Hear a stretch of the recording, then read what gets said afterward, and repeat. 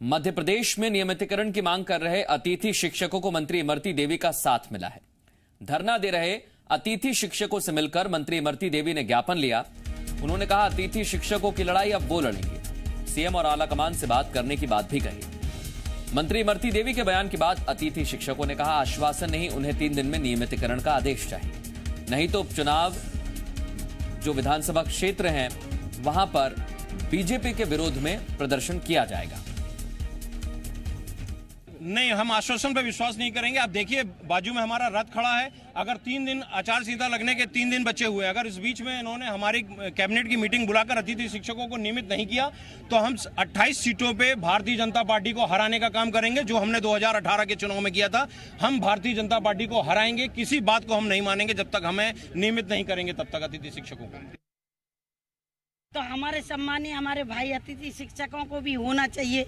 इसके लिए मैं आई हूँ और इनसे यही निवेदन करना चाहती हूँ कि आप घर बैठो, आपकी लड़ाई इमरती देवी लड़ेगी, सम्मानीय मुख्यमंत्री जी ने जाएगी, ज्योतिराज सिंधिया ने जाएगी और जितने जल्दी काम हो सकेगा इनका काम में।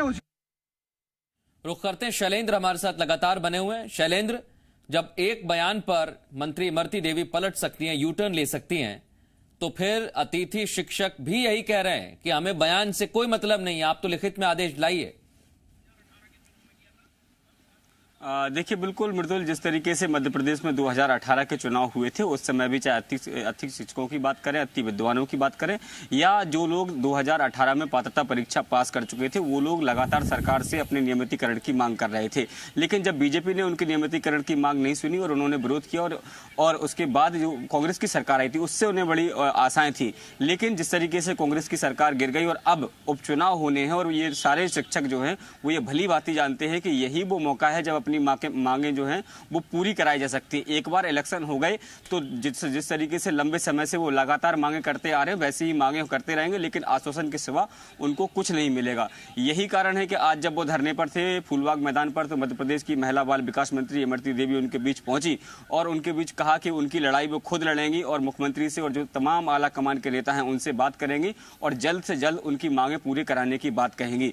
लेकिन ये जो आश्वासन है उसको लेकर जो अतिथि शिक्षक संघ है वो मानने को तैयार नहीं है। उन्होंने कहा कि 3 दिन का अल्टीमेटम है सरकार के पास, यदि वो मान जाते हैं तब तो ठीक है, नहीं तो 3 दिन बाद हर विधानसभा क्षेत्र में अतिथि शिक्षकों जो हैं वो एक रथ यात्रा निकालेंगे और उसके माध्यम से वो बताएंगे किस तरीके से बीजेपी ने उनके साथ जो वादा खिलाफी की है। हालांकि इस दौरान इमरती देवी ने एक बात जरूर कही कि जो वचन पत्र की बात कर रहे हैं, जिन वचन पत्र में इनको नियमित करने की बात थी वो कांग्रेस का वचन पत्र था, बीजेपी का वचन पत्र नहीं था। बीजेपी ये चाहती है कि उनको नियमित किया जाए, लेकिन इसके बाद ये सवाल ये भी हुआ कि आप 6 महीने से दोबारा से अब बीजेपी की सरकार में हैं, तब बीजेपी ने क्यों इस तरफ कोई ध्यान नहीं दिया? क्यों उनका जो संगठन है वो लगातार मुख्यमंत्री से आश्वासन देने की बात कर रहा है, उनसे मिलने की बात कर रहा है, लेकिन अतिथि शिक्षकों से न तो मुख्यमंत्री सीधे मिल रहे हैं न स्कूल शिक्षा मंत्री सीधे तौर पर कोई उनको तवज्जो दे रहे हैं। तो ऐसे में अतिथि शिक्षकों का साफ कहना है 70,000 की संख्या में वो लोग हैं और उसके अलावा उनका धरना जस का तस बना हुआ है, तेवर जस के तस बने हुए हैं।